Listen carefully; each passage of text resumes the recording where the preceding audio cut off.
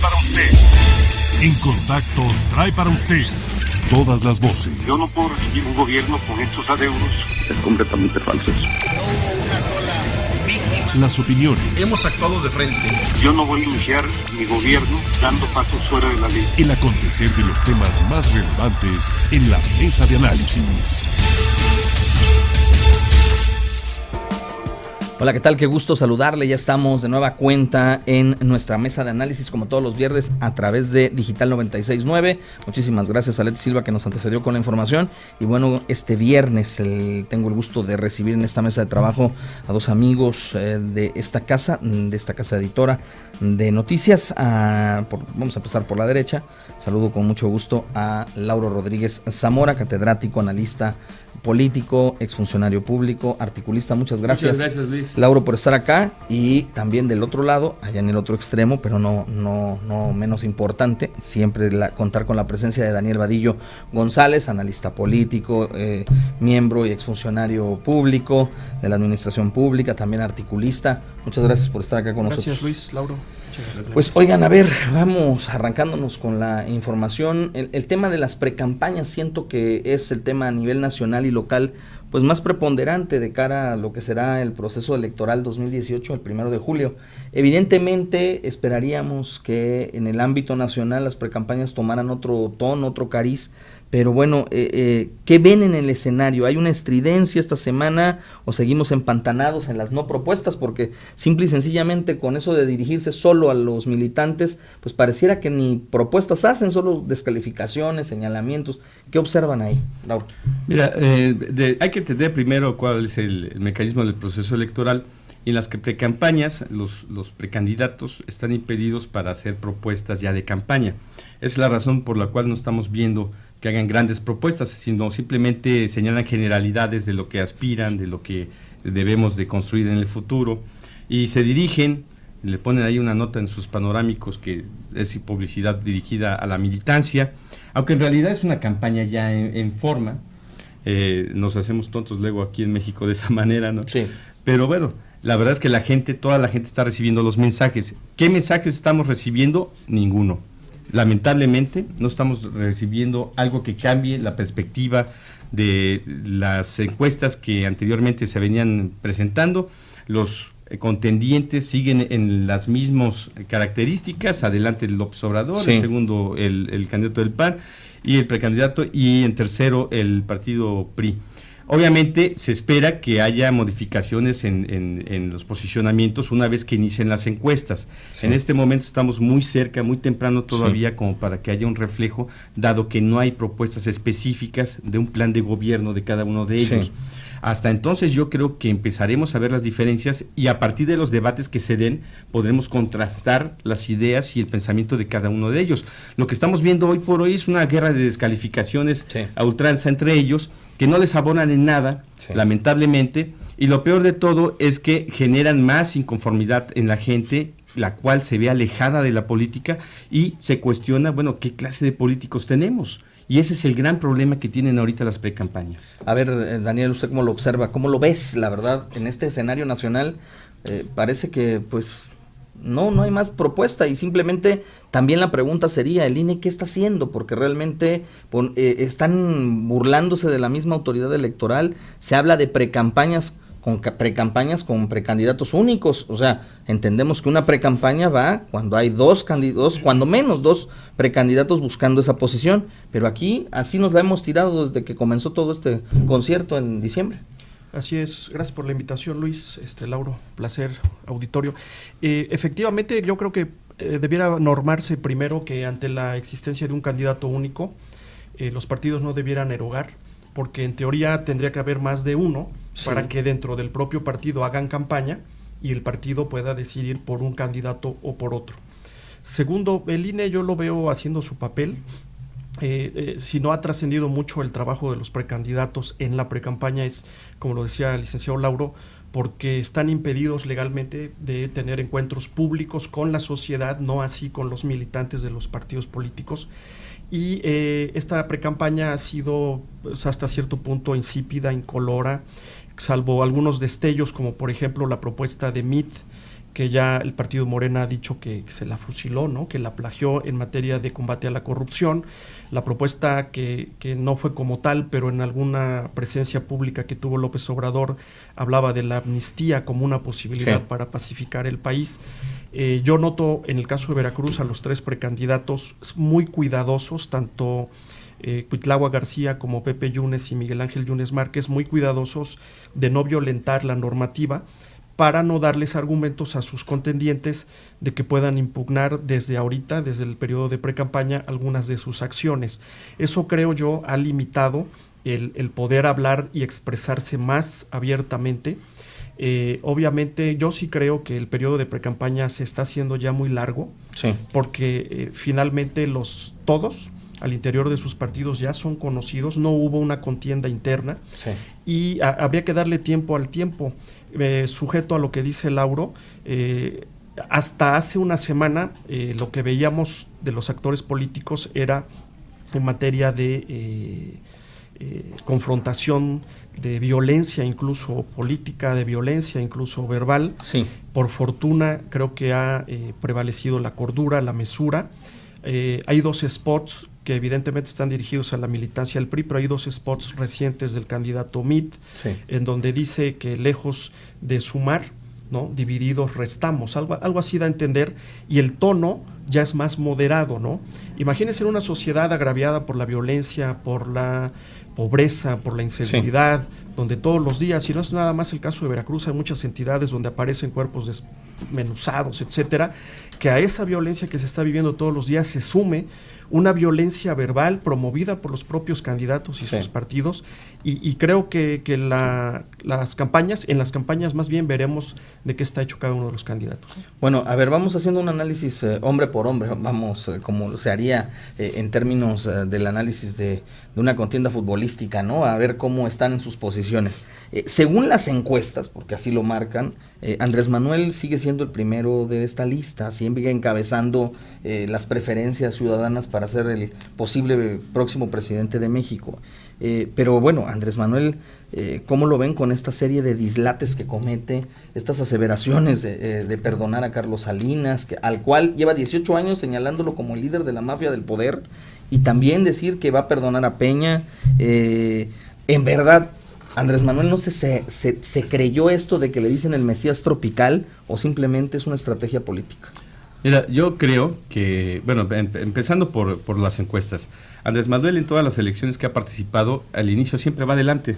Entonces, lo que nos da la experiencia, nos dice, es que no necesariamente quien en las encuestas va adelante es el que va a ganar. Él solito se ha metido en problemas y ha perdido por mucho a partir de lo que él dice, la posición con la que empezaba. En este caso se le ve con mucha fortaleza, a pesar de los disparates que se han presentado por parte de él. La verdad es que tampoco son disparates que no se hayan ya experimentado en otros lugares, o sea, está diciendo cosas que ya se han hecho. Aquí lo que cabría es esperar a ver cuál es su planteamiento. Por ejemplo, una amnistía, pues Colombia lo hizo, pero obviamente una amnistía implica que tenga que haber una entrega primero y reconocimiento de que cometiste un delito, porque no puede haber amnistía a alguien que no lo reconoce o que no se entrega. Entonces, digo, ese es un primer planteamiento que tendríamos que ver en lo que está proponiendo. Claro que la gente, y aquí eso sí hay que reconocerlo, hay una inercia importante de simpatía de mucha gente, sobre todo la más desprotegida, hacia el movimiento de Morena. Eso hay que reconocerlo. Pero las campañas no se ganan con encuestas. Las campañas se ganan, y yo lo he comentado en otras ocasiones, si hay una votación alta, la gente va a salir a votar por la persona. Pero si hay una votación baja en la elección presidencial, lo que va a ganar es la estructura, el voto duro. Entonces, en términos de voto duro, Andrés Manuel no tiene un voto duro como lo tiene el PAN o como lo tiene el PRI con sus coaliciones. Es un voto duro menor, aunque sí tiene una gran proporción de gente que se pasó del PRD para Morena. Lo cierto es que, dependiendo si sale la gente a votar, podría tener posibilidades él de triunfar. Si la gente no sale a votar, van a ser los otros dos partidos que tienen estructura los que tengan ese beneficio.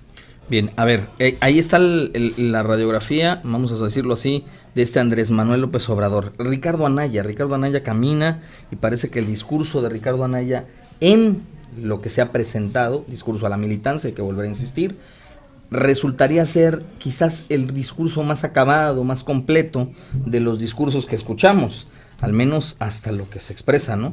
¿Qué tanto le ayudan los partidos que lo están acompañando también a Ricardo Anaya en esta precampaña, vamos a decirlo así, porque pues le hemos visto sentarse con el PRD, lo hemos visto ahora hacer un spot con este niño Yoawi López de Movimiento Ciudadano, que creo que se está volviendo más famosa la canción y ya la tocan hasta en discotecas en Europa.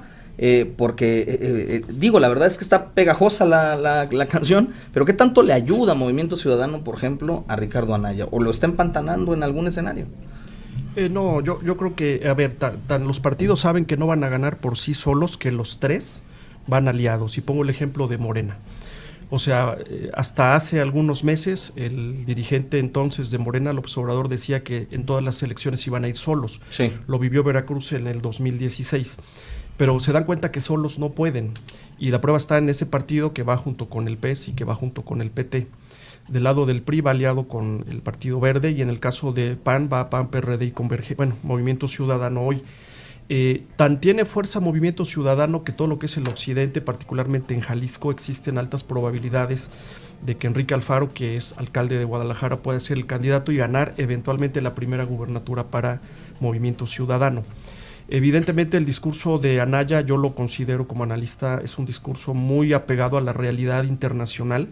Escuché una entrevista hace poco de él donde por un lado el dirigente o el ahora precandidato de Morena hablaba de crear refinerías, cuando de aquí al 2025, de aquí al 2030, el consumo de combustibles fósiles para vehículos automotores va a reducir enormemente por el uso de vehículos impulsados por electricidad, vehículos eléctricos, y yo veo que de los tres es el que pudiera tener mejor preparación. Hay que tomar en cuenta que sus hijos son pequeños.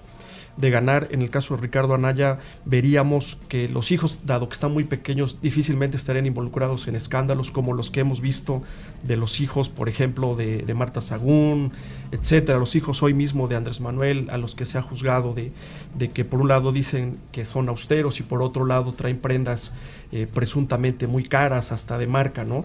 El hecho de que domine varios idiomas le permite pues, tener comunicación sin mayor problema con otras autoridades, si es que fuera el ganador. Y yo lo único que veo mal, y lo acabamos de ver en la prensa nacional cuando se presentó como candidato de Movimiento Ciudadano, es el protagonismo de Dante Delgado. O sea, ya se disculpó Dante, ya Ricardo Anaya también se disculpó con los medios de comunicación, pero creo que Dante no le hace más daño estando junto que no estando junto. Y esa vez, en donde había una serie de preguntas y respuestas y Dante prácticamente cayó a la prensa, se me hace que no le ayuda, ¿no?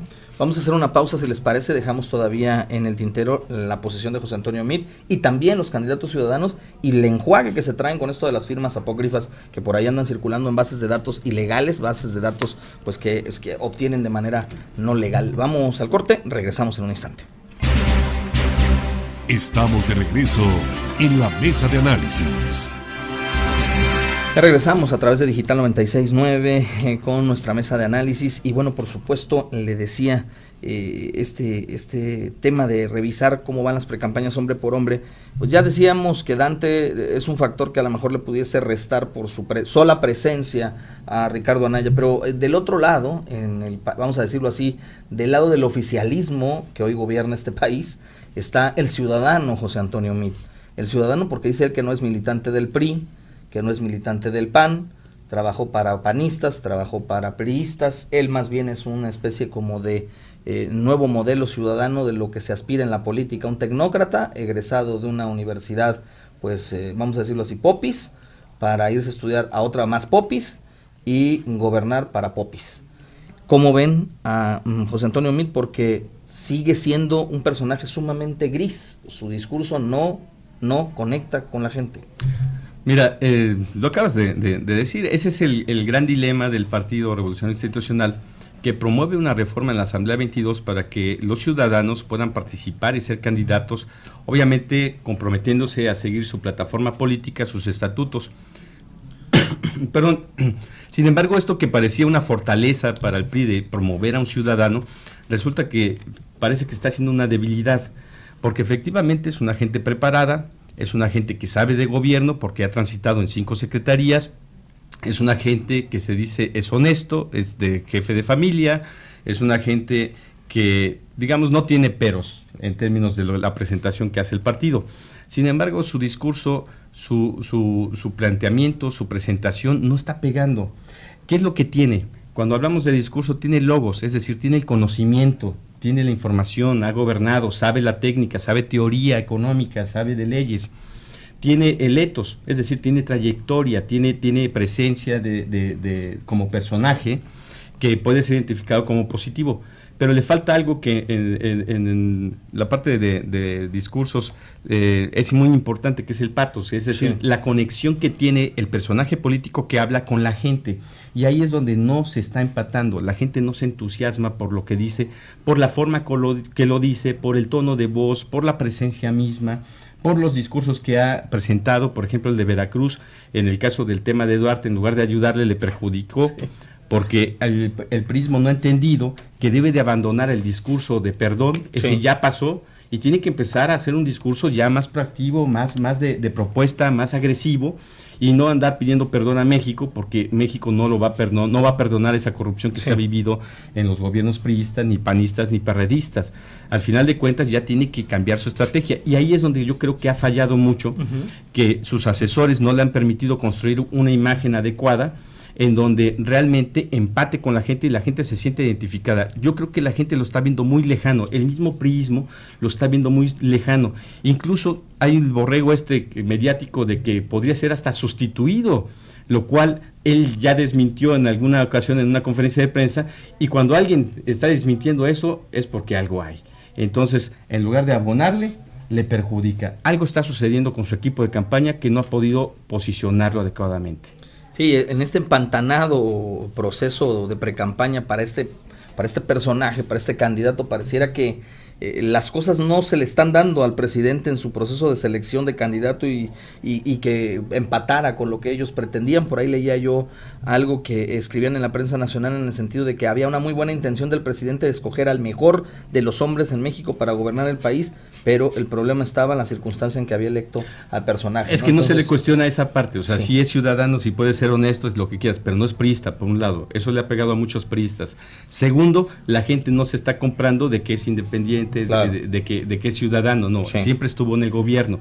Entonces, esos contrastes, además le tumba el INE el nombre de la coalición, también, que fue un error como la querían meter. Esos pequeños errores se van abonando. Eso no quiere decir que MIT no tenga fortalezas o que no pueda remontar. Claro. Va a ser competitivo, eso ni la duda. Ahora bien, en el tema de las precampañas a nivel nacional están también los casos de los independientes que tienen que conseguir las firmas. Pronto estará por fenecer el periodo para conseguirlas. Ya habrían rebasado la cifra de 800,000 poco más de firmas que se requieren de manera oficial para aquellos que quieren ser candidatos a la presidencia, al menos dos casos, ¿no? Margarita Zavala y este señor Jaime Rodríguez Calderón. Bueno, pero la denuncia de que se estaba dando la venta, de que había de manera ilegal estas firmas, de que algo mal estaba generándose, estuvo desde el principio, y lo señalaba Pedro Ferriz de Con. Ya lo comprobó, ya se confirmó, el INE lo admite, reconoce que cuando hace la revisión encontró muchas que no eran lo que se esperaba, estos padrones apócrifos. Ahí, ¿qué onda? No vemos a la FEPADE actuar, vemos que la autoridad también electoral está como pasmada de que les cayeron en la jugada, ¿no? Hoy, de hecho, se iban a dar a conocer las presuntas firmas apócrifas por parte de la autoridad electoral.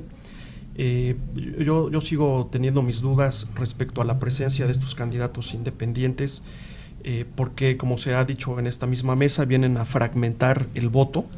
Lo ideal sería, por ejemplo, que cuando menos, si les están pidiendo 800,000 firmas, esa gente que tampoco está obligada, digamos, a votar por ellos, pero muestra alguna simpatía, al darle la confianza de una firma, pues uno esperaría que votaran por ellos. Lo vimos en Veracruz con varios candidatos así, ¿no?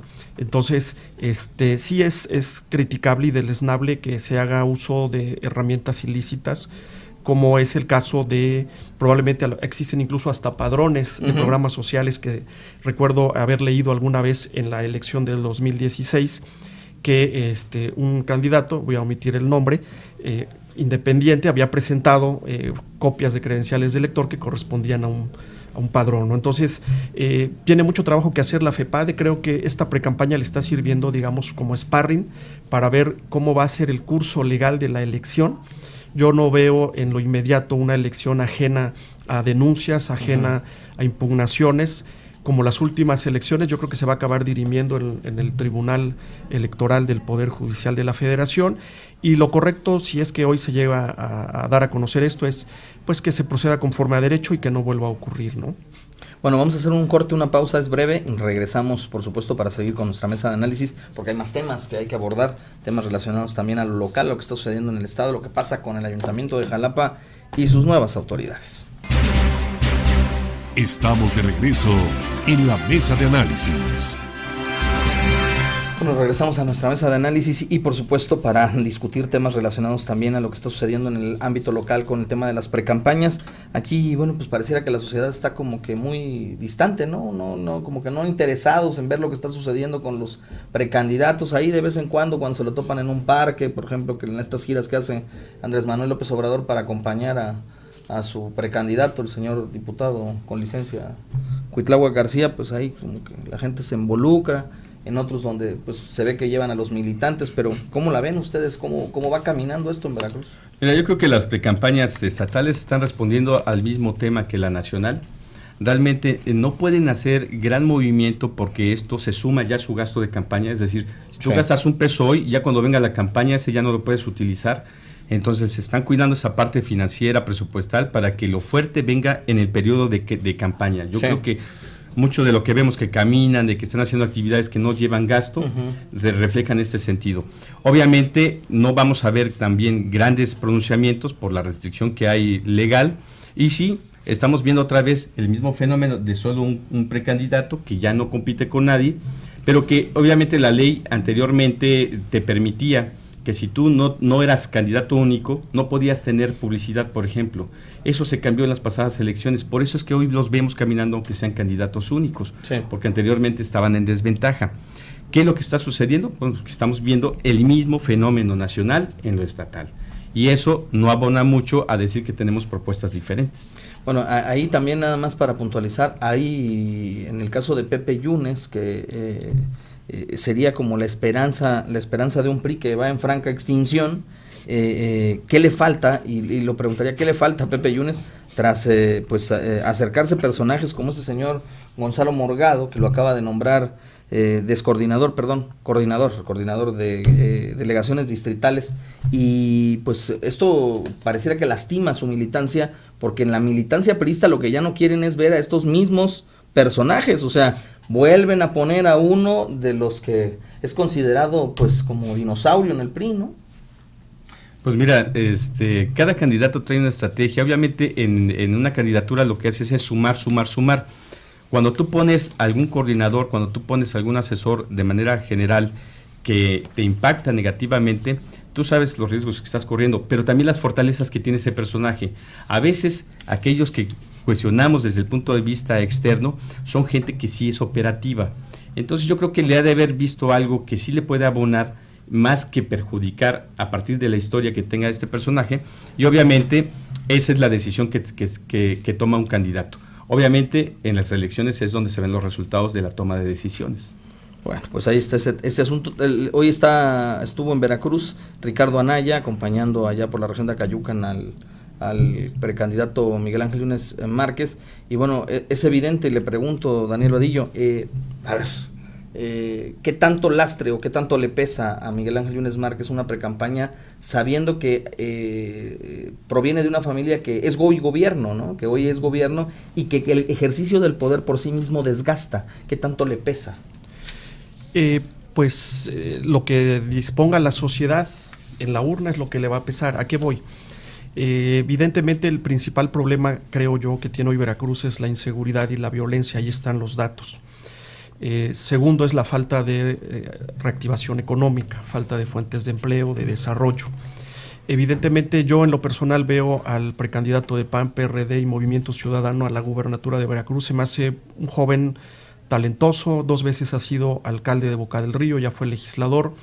Creo, como él lo ha dicho en los espacios públicos que ha tenido, tiene su carrera propia, su luz propia. Sin embargo, tiene el estigma no solamente de la familiaridad, que el dirigente nacional del PRD que vino hace unos días a acompañarlo decía que no es ilegal, ¿no? Sí. Que nepotismo, sea familiar, ¿no? Sí. O sea, no está, digamos, penado en la normativa que algún familiar en primer grado pueda ser candidato, ¿no? Hay alcaldes que heredan el poder, por decirlo de alguna manera, a sus esposas, a sus hermanos, etcétera, Su sobrino. ¿no?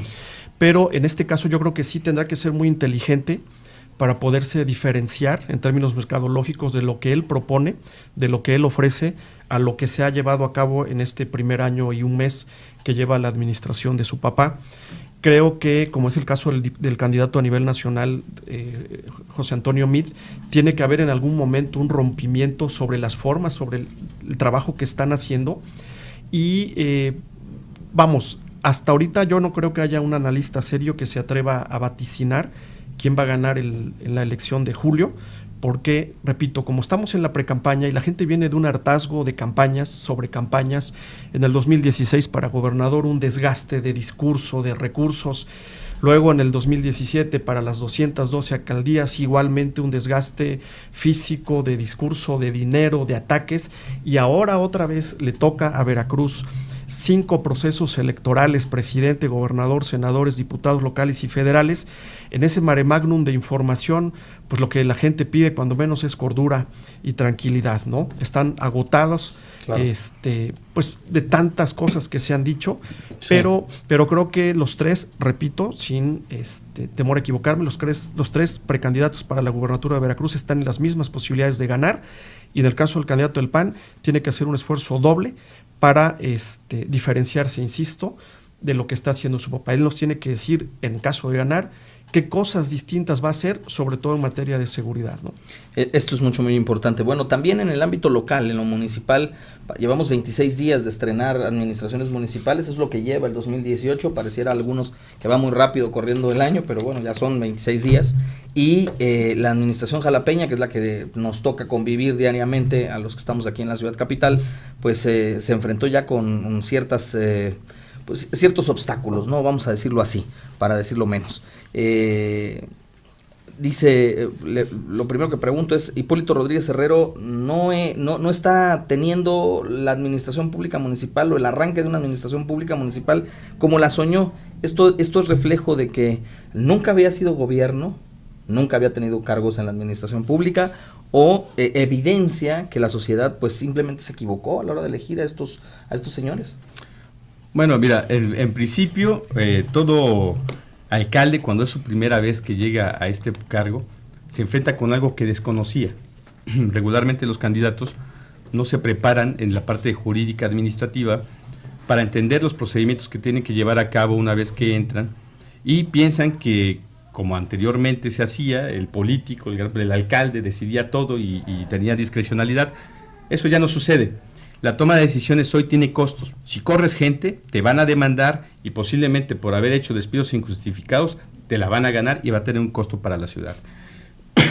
Si tú de algún momento contratas gente que no es de Veracruz, que no es de Jalapa, no está mal. Digo, se puede hacer, tiene las facultades para hacerlo. Donde se equivocó es en el cómo y en los razonamientos de por qué dijo que trajo gente de otro lado, que porque no había perfil en Jalapa ni en Veracruz, cuando estamos llenos de profesionistas y de gente preparada y con experiencia.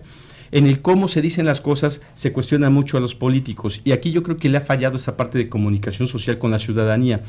Los errores que tiene son errores entendibles de inicio de gobierno. Yo creo, aunque ya está en el gobierno, hay que tener un poquito de esperanza de que pueda rectificar y hacer las cosas mejor, y que no tenga un alto costo para la ciudadanía. Lo que sí es importante es que, como que no hay claridad en el tema de la inseguridad, el municipio no le va a entrar, simplemente va a trabajar el tema de inseguridad desde el punto de vista del mejoramiento social, que es un tema de largo plazo, es decir, no vamos a ver cambio, va a seguir el Estado, por lo que entiendo. En el tema de empleo, como que tampoco tienen claridad sobre dónde van a ver esas empresas que dicen que se hay que promover, cuando no tenemos espacios, no tenemos corredores industriales.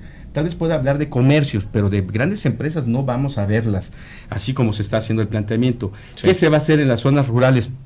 En las zonas que hay mucha pobreza en Jalapa, bien, tampoco está abonando a la solución de los problemas en esas zonas, que hay una alta conflictiva social por falta de educación y oportunidades, sobre todo para los jóvenes.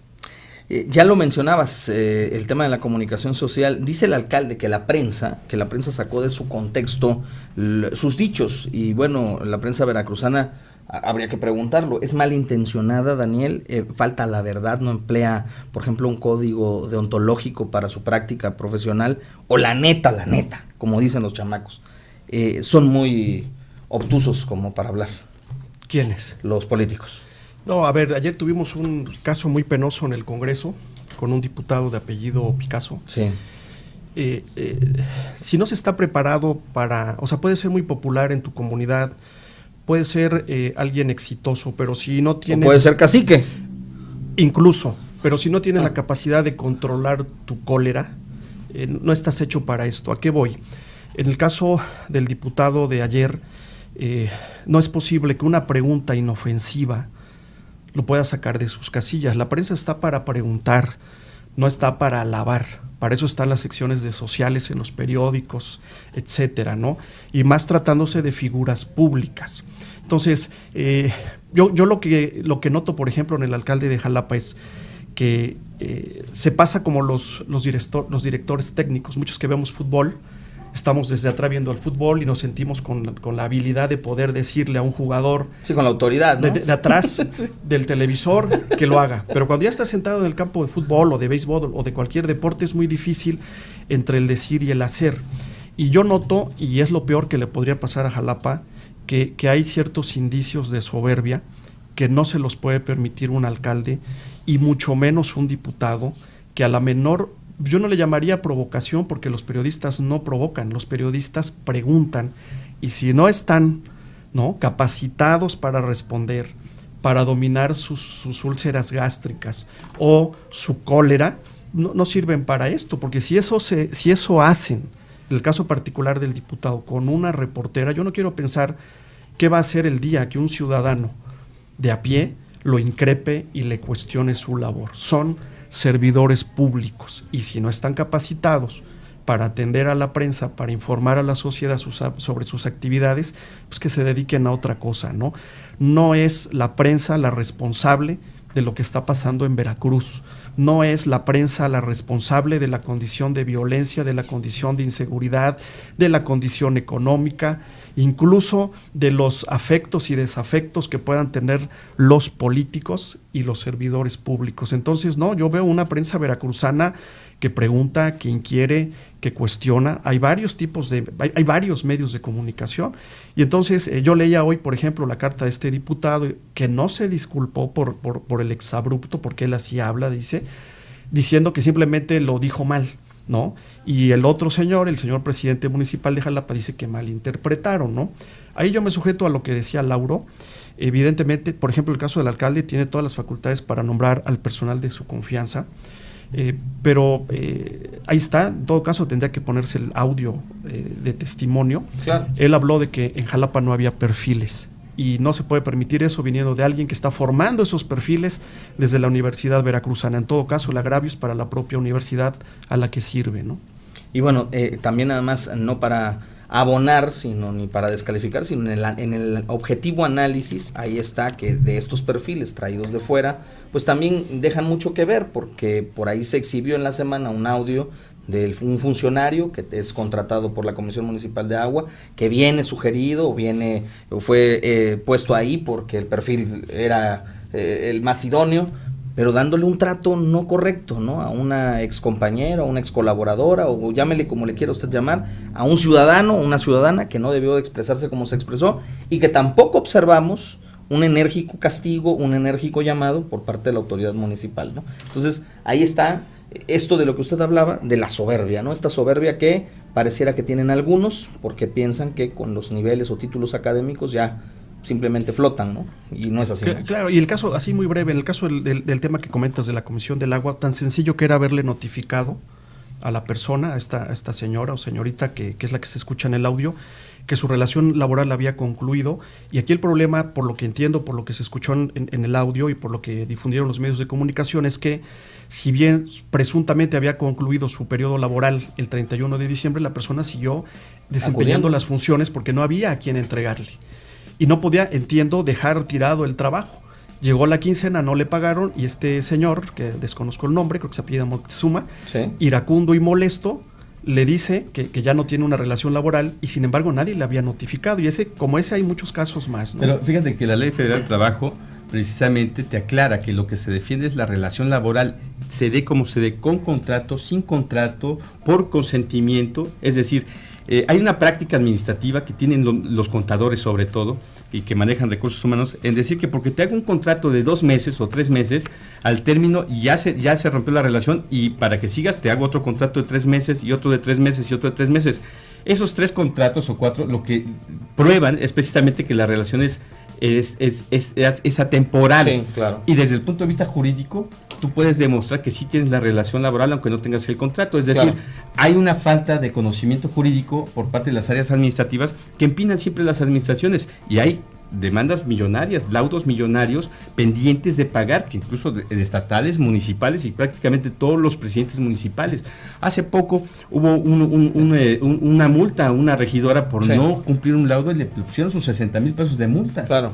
Y bueno, pues yo les agradezco que hayan venido. Lo dejamos, nos quedamos con algunos otros temas en el tintero, pero lo cierto es que pareciera que no le han puesto atención al tema precisamente de esto de ver bien y de manera correcta qué va a suceder con quienes colaboraron en otras administraciones. Una cosa es lo que diga la ley orgánica del municipio libre y otra cosa muy distinta la que dice la ley federal del trabajo. Entonces hay que tener mucho cuidado porque lo que se está dejando ver o entrevenir es que estos ayuntamientos van a provocar un colapso financiero para las siguientes administraciones. No serán ellos, serán las que siguen las que tendrán que resolver pues la cantidad de laudos que seguramente se harán de imponer.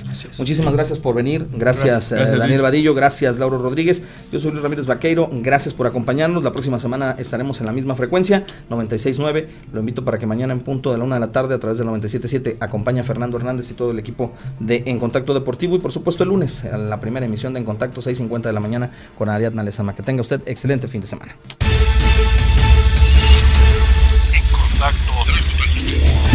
En Contacto trajo para usted todas las voces,